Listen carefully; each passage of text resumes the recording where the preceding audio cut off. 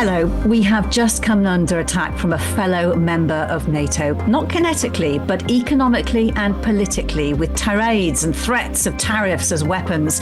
So where does that leave the UK with defence plans and capability built around a partner who right now has turned against us? Should this be a break point where we loosen ties from the US? How could we do that? And what happens if we just try to wait it out? Mike and I are joined by a former British Defence and Security insider to explain where all the threads run and how they could or couldn't be disentangled. We'll also update our assessments on Ukraine and explain how an Amazon-style online shop for frontline kit is shaping the battlefield fight. You can say yes, and we will be very appreciative, or you can say no, and we will remember. I will not yield. Britain will not yield on our principles and values. Defence Explained. We are in the midst of a rupture, not a transition. Great powers have begun using economic integration as weapons. And while many of us may not like it, we must deal with the world as it is now. This is Sitrep with Kate Gerbeau and Professor Michael Clarke.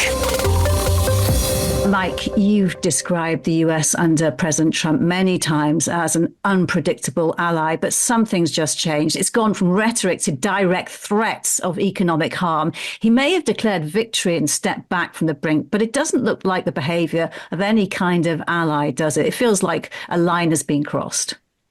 I think it probably has. I mean, although what the news this morning is a lot better than it was last night. So you could say a short-term crisis has been averted for now. A longer-term crisis, I think, is still getting worse. I mean, the issue is that President Trump is a crisis leader. You see these people around the world. They're crisis leaders because they believe that they're good in a crisis. And very often they've had a couple of crises where they've done well. And so they're very confident. And as a crisis leader, he thinks he can control the chaos that he creates. But of course, that's, it's always possible to go out of control. And the two things I think which this crisis may be averted, the two things I think which are most relevant to me, and I think they came out very clearly yesterday, is that President Trump has a view of NATO, and he really believes this, that America has given everything and got nothing for the last 70 odd years. And that's a grotesque version of history, but he clearly believes that. And the second thing he clearly believes is he really does feel a contempt for Europe and for European leaders and European politics. And that's genuine. So there's a genuine sense that NATO is a one-way road for the US and that he's dealing with people he generally holds in contempt. And that means, I think, that life will get harder in NATO for all that the allies try to live through this. I think there is a long-term crisis in NATO, which doesn't look as if it's going to go away just because President Trump has stepped back in the last 24 hours. And that crisis being averted in that the tariffs that have been threatened have been called off for the moment. And in an article in The Economist this week, the former Defence Secretary Sir Ben Wallace is quoted as saying, instead of running away from the potential of the United States turning its back on its allies, we should at least prepare. Another contributor to that piece is Matthew Savill, who is Director of Military Sciences at the defence think tank RUSI. Before that, he was Deputy Head of Policy in the National Security Directorate at the Ministry of Defence. Matthew, really great to see you again. We're pleased to welcome you back to SitRep. There is a quote in the piece that really stands out in The Economist, and I think it's you being quoted there. Of all the militaries in Europe, we are the ones over-dependent on America. Is that your assessment?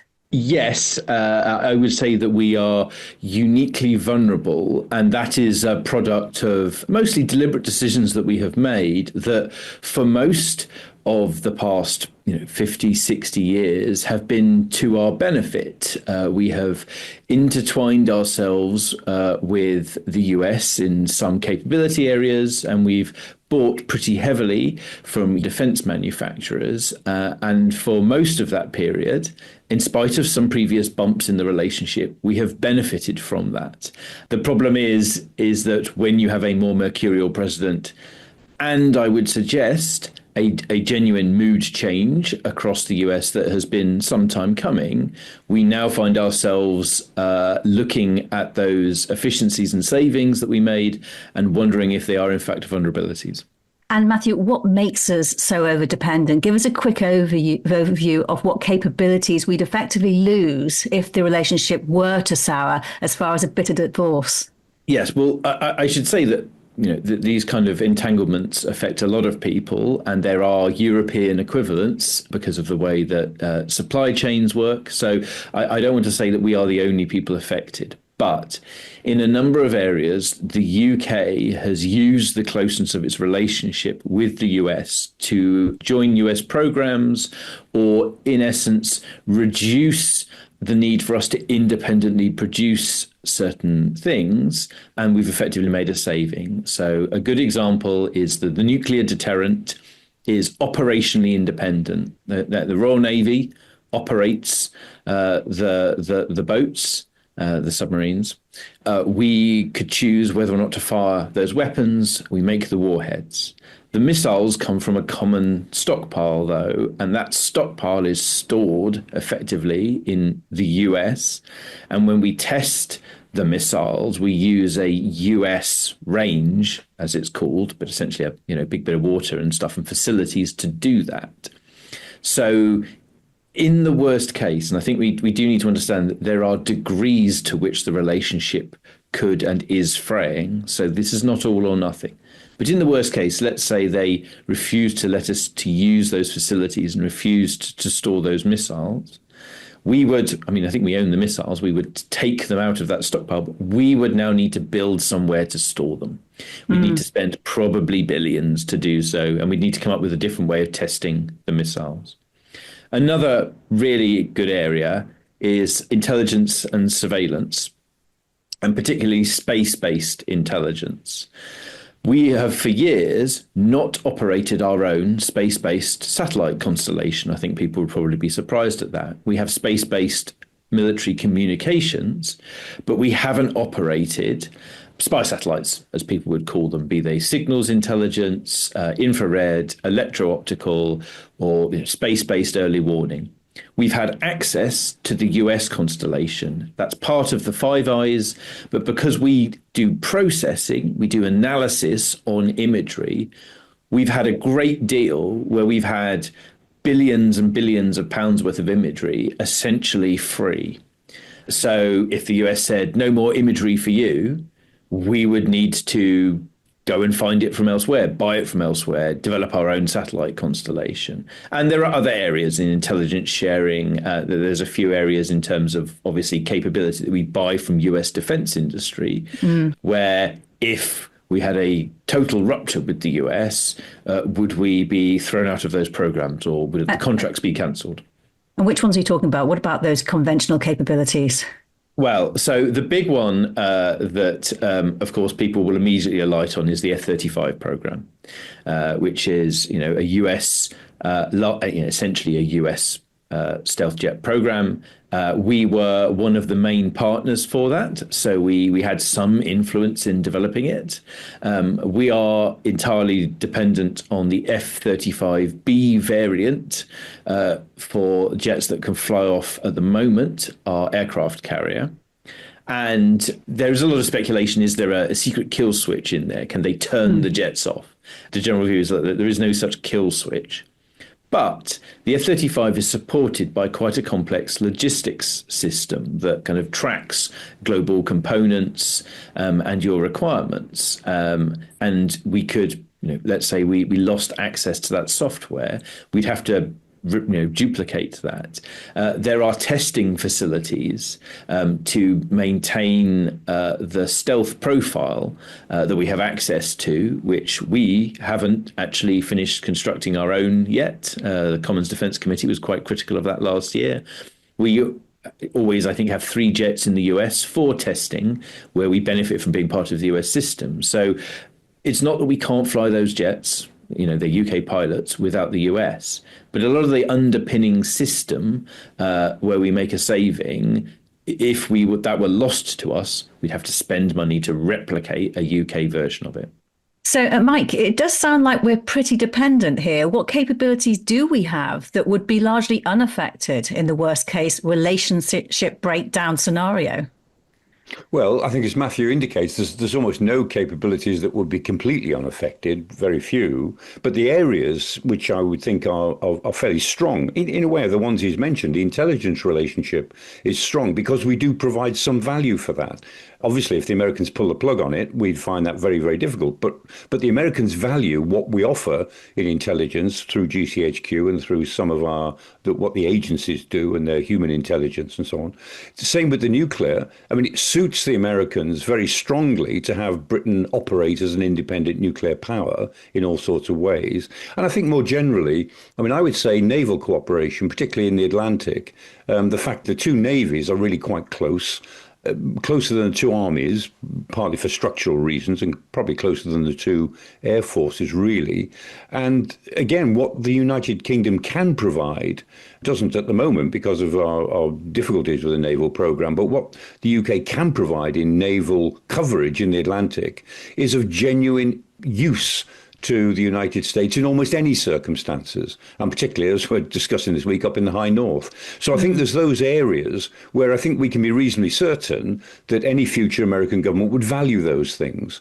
But in principle, there is almost nothing that we run that is so completely independent that it would run without US involvement somewhere, except for the very smaller ground-based programs, but nothing that's fundamentally important.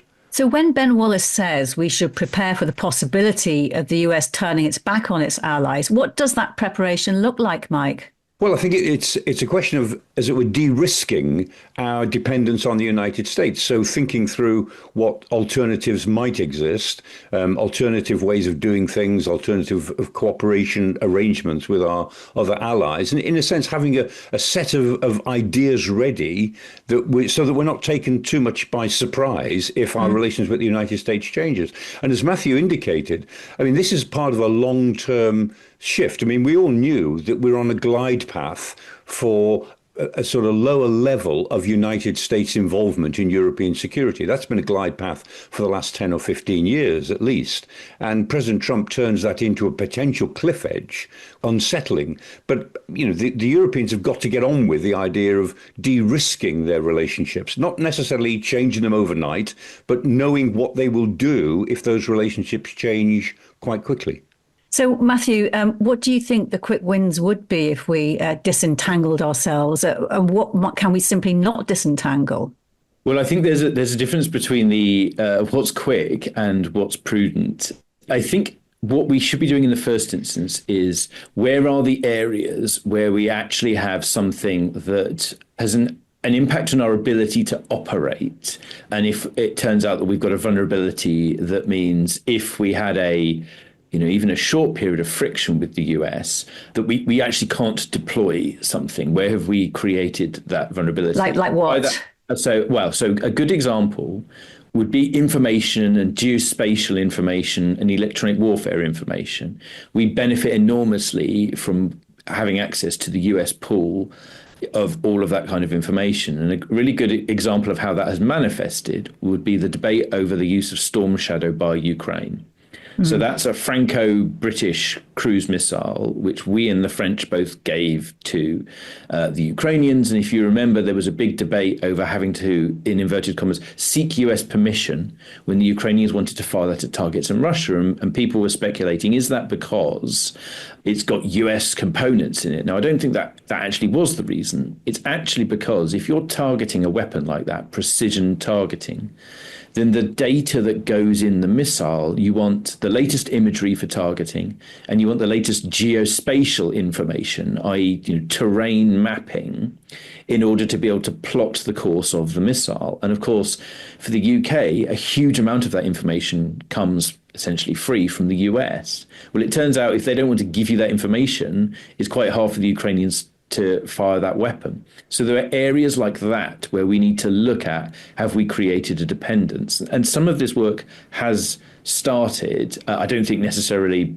specifically because of Trump, but because it turns out we have these vulnerabilities in our system. So intelligence information, the same is true of the electronic warfare databases, which is that the US collects, and other people, huge amounts of information on how adversary radars function and how their systems function and their ability to detect you, but also how you can identify them on the battlefield.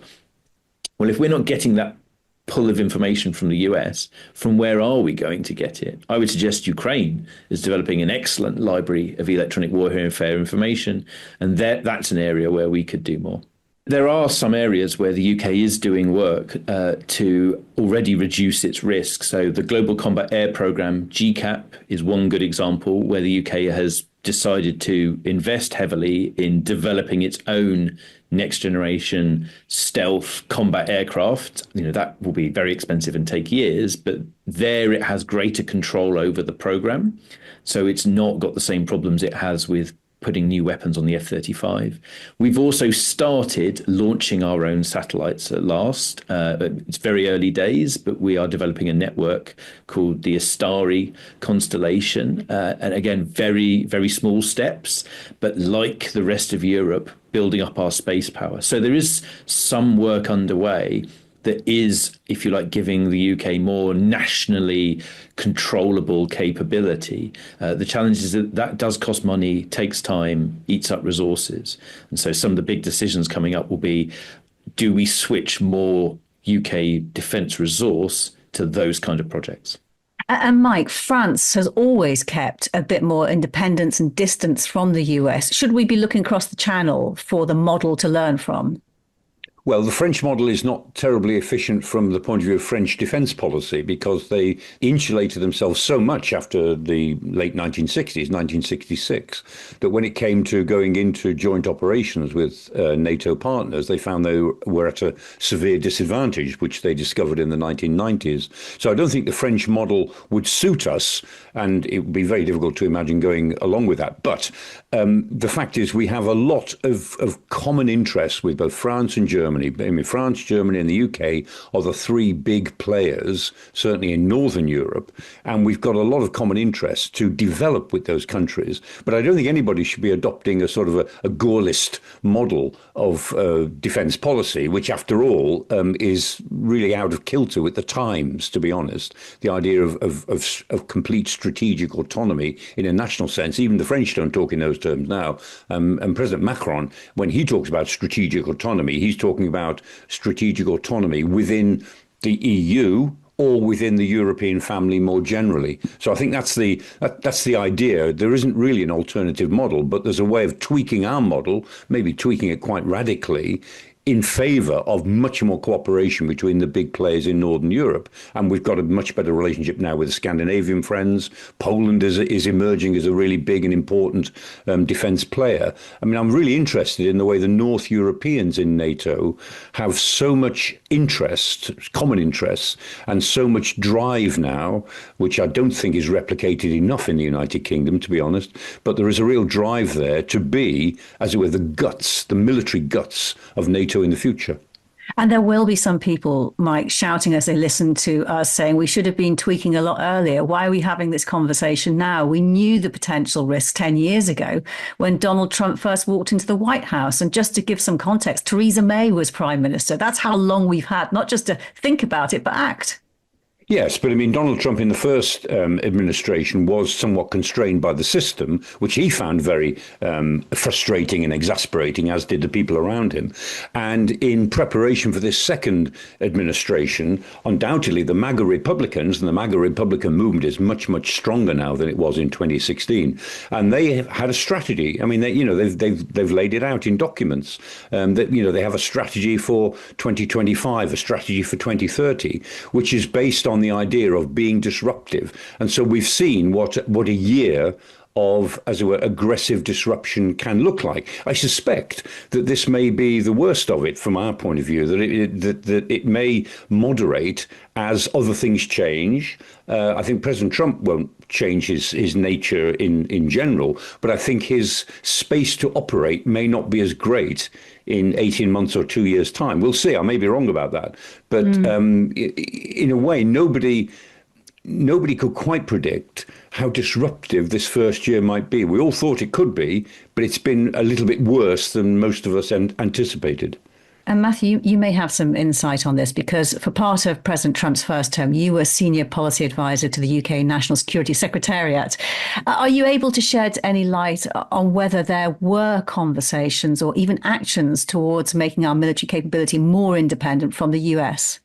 I think the UK system is quite cautious, and in truth, we are and have been for generations so closely intertwined with the US that it's very difficult for people to get their head around the notion of being in opposition, even though historians will point out we've had any number of fairly serious periods of tension and policy difference over the decades, from Suez to actually some disagreements over the Falklands to Grenada and plenty of other times subsequently.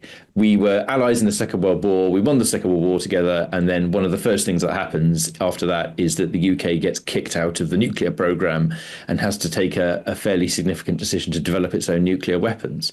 There was thinking about what are the vulnerabilities and what are the dependencies. But if I were to slightly simplify the debate in the first administration, there was quite a lot of how do we manage this?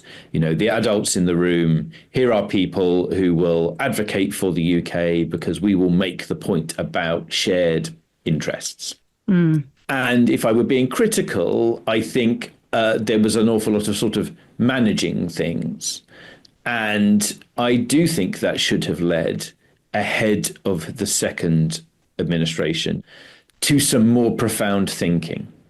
And I think maybe that is now dawning upon people, but you still hear an awful lot, which is kind of management and not the kind of statements that the French and indeed the Canadians have made recently, because it's just such a huge thing for the UK that I think people have struggled conceiving of it. And therefore, I would slightly worry that we are behind the debate. And as I say, I don't think we should take the counsel of our worst fears and assume this is it, it's over, complete break. But what we do need to do is think about not just independence of policy, where there might be areas where we disagree, where because we don't work together, we can't achieve something, but also independence and sovereignty of capability, where we should be investing more to give ourselves more freedom to operate, even if we then decide that the policy is different. So, Mike, some people see this as it's the president, not the country. Maybe just grin and bear it for 3 more years. Or have things changed where there is no going back now? Yes, I mean, we don't know really how long the MAGA revolution in US politics will last for. It might just be the period of this president. It might well be another president after Trump, who is still a MAGA Republican. So this period might last for 12 years or even longer. And I think we've just got to take that possibility on board, and that the America that emerges from it, whether in 2028 or sometime in the 2030s, will be a very different America to the one that we've known. And the two things I think that we've got to take on board now, which is really hard for us, but I think we've just got to face it for the time being. The fact is that the people in charge at the moment, and we were talking about in the White House, in Congress, in the Supreme Court, and within the sort of policy elite, that's a fairly small group of people, but they're in charge at the moment. And they have a different set of values to the values of liberal democracy that we have pursued in Europe. They have a different view of democracy, and there is a democratic battle going on in the United States over what democracy really means. And the power of Christian nationalism is growing within the administration all the time. That's one thing we've got to take on board. And the second thing is that the White House sees the world differently to the way Europe sees it. The geopolitical assessment is different. So when President Trump and the White House, most in the White House, when they look at Ukraine, they see nothing but commitments and problems. And when they look at Russia, they see nothing but opportunities. Now, and the fact that one of them is a dictatorship that's halfway into totalitarianism, and that the other is a democracy that's halfway towards being a very modern European liberal democracy, that makes no impression whatsoever at the moment. And so that difference of values and difference of geopolitical assessments is pretty fundamental. And we've got to live with that, certainly for the next few years and maybe for a bit longer. Okay, let's talk about living with that. Matthew, if you were in the MOD or Cabinet Office right now, what would you be advising in terms of the action needed for the long term? So we probably need a bit of a survey of actually where the dependencies are, because I've listed a few high profile ones. I am certain there will be many small examples that I am unaware of or haven't thought of where it turns out we created a relationship that was beneficial, but is now a vulnerability. So we actually need a proper opening of the books. Where have we got programs where we have put people on exchange in the US, where we're learning from them so that we can operate something in the future, and we don't have anyone else doing that at the moment? So, okay, how do we deal with that? Where do we use US information? Where are we dependent or heavily leaning on that? I would suggest the intelligence community, and we can come back to our leverage. The UK has some leverage industrially and in terms of capability. Where do we effectively have an arrangement where we are providing intelligence in some areas and we get enormous insight largely from the US, so that we can then understand where is it that if things got bad and they began to reduce or switch off intelligence, we would need to either replicate that intelligence, no doubt at great cost, or speak to other people. And I think also we should be mapping the leverage. Where is it that we feed into the system and we have some reverse influence? We shouldn't overplay it. But if things get particularly sticky, what cards do we have to play? Because I think the notion of shared values is pretty much out the window with this administration. I think they would laugh at that idea. But we might have some areas of shared interest where we genuinely provide something beneath the radar, and then we should milk that for all it's worth. And so, Matthew, before we do let you go, I'd like to just get your thoughts on the impact of all of this for what is happening in Ukraine. The chances of a peace deal weren't looking great. Have they been damaged further, or does Donald Trump's rowback leave us where we were? I think this is genuinely difficult to know. I can't help feel that this damages the prospects for what comes next. I mean, I've generally tried to distinguish between the practicality of the post-ceasefire arrangements and the likelihood of a ceasefire. Because I think in the first case, that largely depends on Russian intransigence and US patience with Russian intransigence. And unfortunately, I think the Russians are going to continue to string this along for as much as they can. Because most of what we're talking about in terms of the deal is actually, if there's a ceasefire, what comes next? The coalition of the willing, the reassurance force, etc. And you can't help but think, if that is based on a supposed backstop or some kind of cover from the US, a security guarantee provided by Europe where the insurance is underwritten by the US, surely nobody thinks that this discussion strengthens trust and belief that the US would take risk for Europe and Ukraine against Russia. So I don't think it bodes well for that. But in truth, I'm not sure we're on the verge of a ceasefire anyway. So, and I think the problem is that we're jumping up and down heralding a breakthrough. The reality is, to take it on faith that everything he said about Greenland is accurate in a speech that was littered with obvious nonsense and falsehoods is optimistic. And the truth is, of course, he could change his mind down the line. He might get irritated when it turns out he's not going to get what he wants. And I think that some of the damage has been done because of the level of coercive force that he was prepared to even threaten using. So much of NATO is built on capability, where the Europeans and the UK absolutely do need to keep on investing, but also on political alignment and political trust. And I think that has been very significantly damaged. Matthew Savill, great to speak to you. Thank you very much for joining us today. Defence Explained. This is Sitrep. So, Mike, Ukraine has slipped off the radar somewhat in 2026, with attention turned first to Venezuela, then Greenland, Iran. Just bring us up to date on Ukraine. We last thoroughly examined the battlefield picture about a month ago. How much has changed? Well, not very much, actually. The Russians are still pushing, but they still haven't completely taken Pokrovsk, although they've got most of it. They've been pushed out of part of Kupiansk in the north, and the Ukrainians are very happy with the way that they've operated there. And the Ukrainians say that they have got a 1 kilometer zone in which no infantry can move, Russian infantry can move, and a 10 to 15 kilometer zone in which no vehicles can move. So the Ukrainians have been apparently successful. I mean, the Russians have done this as well, but the Ukrainians need it more. They've been successful in stopping the Russians moving around to take advantage of the gains they made before Christmas.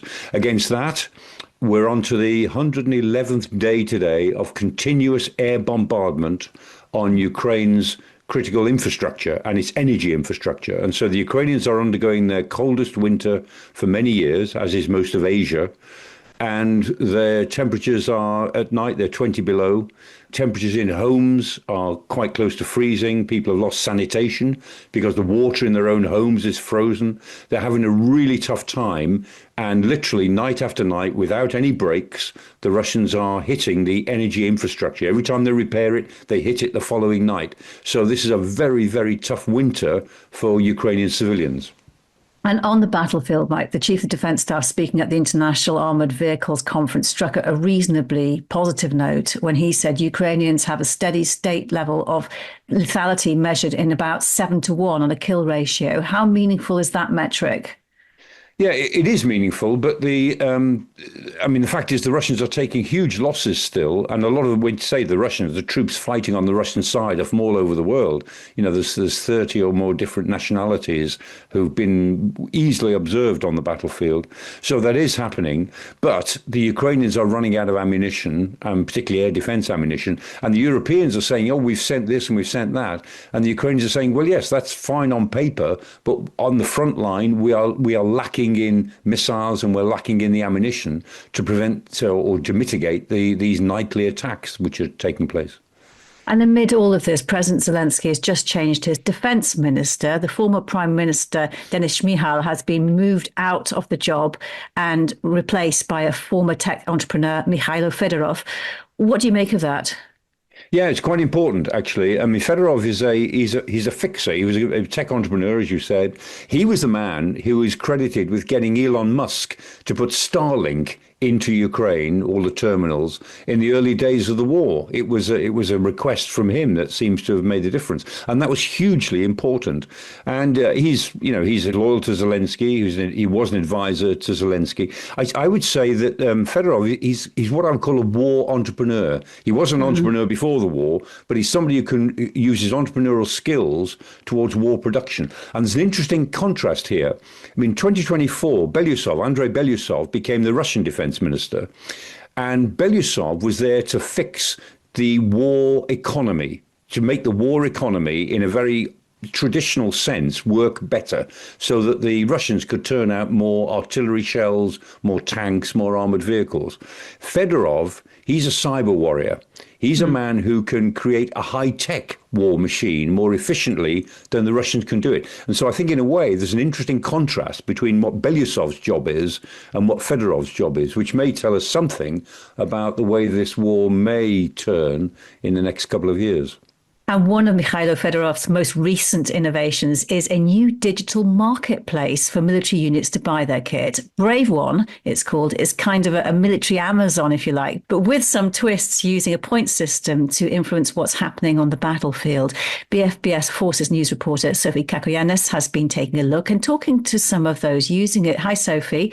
How does it work? Hi there. So soldiers compete in teams under what is called the Army of Drones bonus system. So the units earn points for destroying and damaging enemy targets using drones.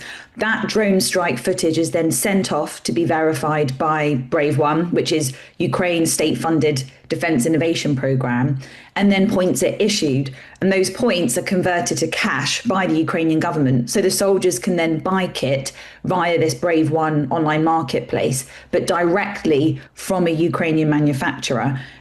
Two soldiers explained to me how it works from their perspective. The units hit the target. It can be soldier, it can be some vehicle, it can be shelter or something else. And we have like right scores for every exact target. Like you can make like 10 scores if you hit some MTEL bat. You can have like 8 scores if you hit the soldier, 20 if you hit the command post or something else. It's like usual online shopping. You use general catalog to choose what you need. After that, you can discuss all technical details with manufacturers. And after that, you place order. And after confirmation of this order, you need to wait up to 1 week to receive your drones. So that was Maluk from the 3rd Assault Brigade and Phoenix from the Lazars Group. We're using their call signs for security reasons.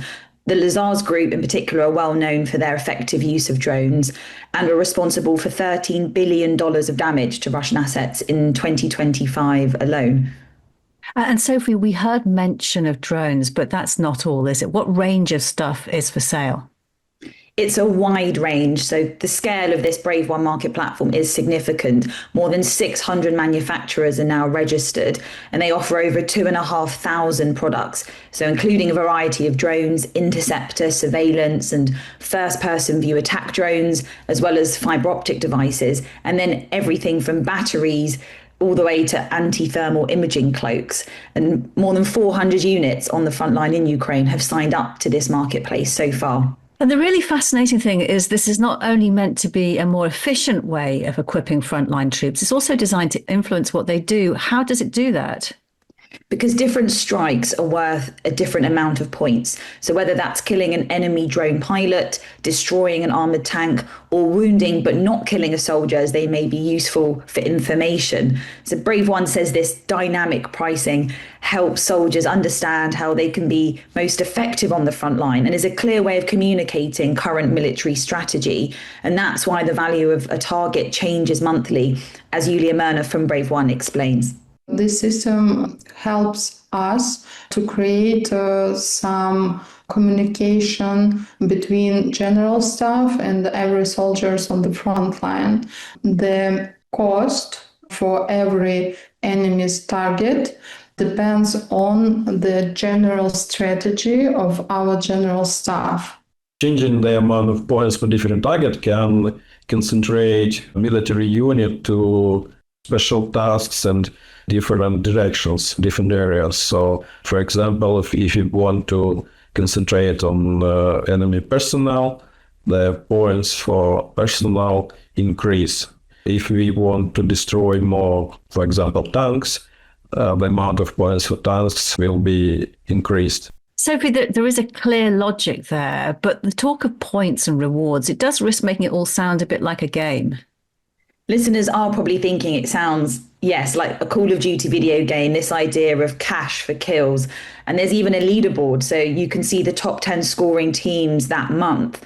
But the soldiers say their motivation for points isn't the competition. It runs so much deeper than that. So first of all, we don't care about the scores. We're doing our job, defend our land. If you ask anybody, pilots of FPV or something else, like, what scores do you have? They like, I don't know, I don't care, I'm just doing my job. The main goal of all military units in Ukraine is destroy our enemy and protect our country. However, this e-points system can highlight the most effective units and allowing them to attract more investment and high quality personnel. Interestingly, soldiers told me the point system and leaderboard is actually a good recruiting tool, as naturally those interested in being drone pilots are more likely to want to join the units scoring the most points, and is also a way of highlighting the most effective units to those military commanders who are making the strategic decisions. Mike, what do you make of this? Because it's certainly innovative. I just wonder if having something market and performance driven risks making things even harder for the troops having the toughest time.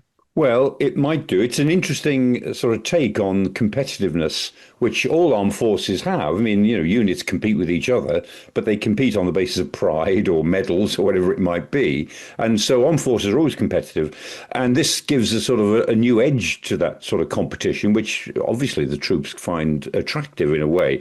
But it also reflects the fact that the war at the moment is a very individual war. I mean, we're not talking about a war in which there are big strategic movements. We're talking about a war of drone operators and small units as it were, tackling, an armored vehicle or a dugout or whatever it might be. It just shows, in a way, the fact that this is working.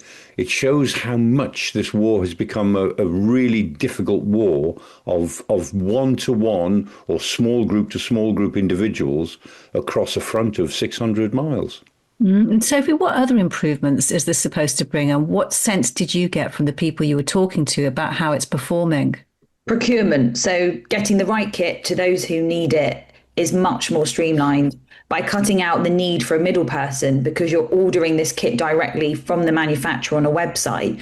Timelines have gone down from months to around 1 week for delivery of equipment, which, given the fact drone technology is changing so rapidly, is essential. And I was told it takes Russia about 3 months to adapt to the latest tech Ukraine is developing. And looking ahead, Brave One is working on a way to publish reviews from the soldiers, really similar to an Amazon-style online shop. So those looking to purchase a product can see how it performed for other users. At the moment, there's just Ukrainian manufacturers featured on the site, but we could see more companies from other countries invited to join. And Mike, we know how the MOD constantly struggles with procurement. Is there something for them to learn from this? Well, there may be. This is a radical way of looking at it, and it will, as it were, affect the sort of cultural perceptions of the armed forces for many service personnel who might see this as a thin end of a very nasty wedge. But I think the ability to speed up procurement and the ability to run the war from the bottom up in several significant ways is something that we've got to learn about. And we talk about the Amazon thing. I mean, Britain started barcoding its equipment in the 1990s. It had some of it, quite a lot of it, barcoded in the 1991 war. And Amazon didn't start operating in the United Kingdom until almost the year 2000. I think it was 98, 99 before Amazon opened up. But the whole Amazon approach, let's call it that, the sort of Amazon approach to rapid logistics is something which the armed services have been interested in for a long time. But the Ukrainians, under the pressure of war, have taken it even further. And a final thought is actually this Ukrainian marketplace has a sense of autonomy for units while still retaining links back to the very top. Does that have echoes of what we began with, Mike, the idea for a changed military relationship between the UK and the US? It's one of the areas in which the Europeans could be more efficient than the Americans, because the Americans it is such a big military machine. It's more than 10 times bigger than us, and we're bigger than some of our European partners. So yes, if we can develop these innovative ideas, we're talking about transforming our armed forces by the mid-2030s. And this is one of the ways in which we might find that we have some sort of edge over the United States. We'll always be a great deal smaller, but there's no reason why we can't be more efficient in some of these, as it were, background logistical challenges. Mike, thank you. Sophie, thank you so much. That is all for now. Professor Michael Clarke and I will be back with another Sitrep next Thursday. In the meantime, you can stay up to date with all the latest defence news on our website, forcesnews.com. For now, though, from me, Kate Gerbeau, thank you for joining us. Bye-bye.